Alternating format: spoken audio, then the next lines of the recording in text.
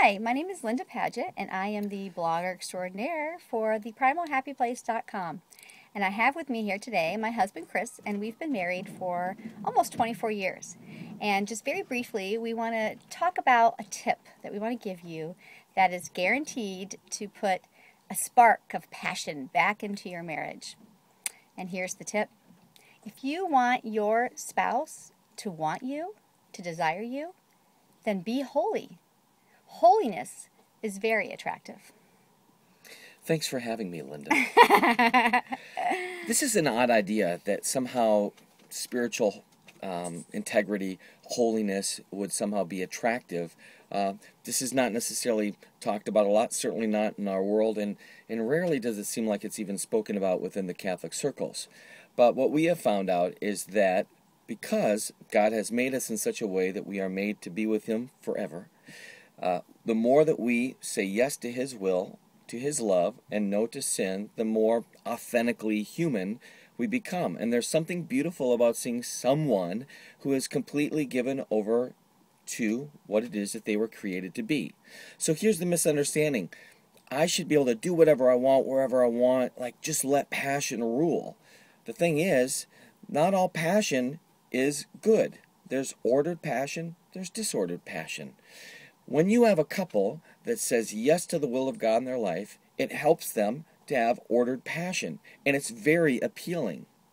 There's some false ideas, though, of holiness. One is that maybe you're basically praying the rosary 34 times a day, you're constantly only reading the Bible or the lives of the saints, and look, that's great, and it can be very encouraging and helpful for a person to have models, role models, but ultimately, we're not asked to be a different saint from a previous age. We are called to be the saints that we were meant to be here in time. And that's going to be a little messy for most of us. Right. I mean, holiness, like you said, it doesn't mean that you're walking around in drab clothes with a forlorn look of sadness. Nobody finds that appealing at all. But holiness, because true holiness, for me, a man who's holy, who desires God, and with that desire of God comes humility, comes love, comes passion in and of themselves. Because really, for me, my greatest love is Jesus. And to have a husband who loves Him as much as I do is a connection, that gives a connection to our marriage that nothing else will give. Right. And and then in this day and age, especially recently, the hot idea of the passion that comes with hurt and pain, that how backwards that is, how diluted that idea is.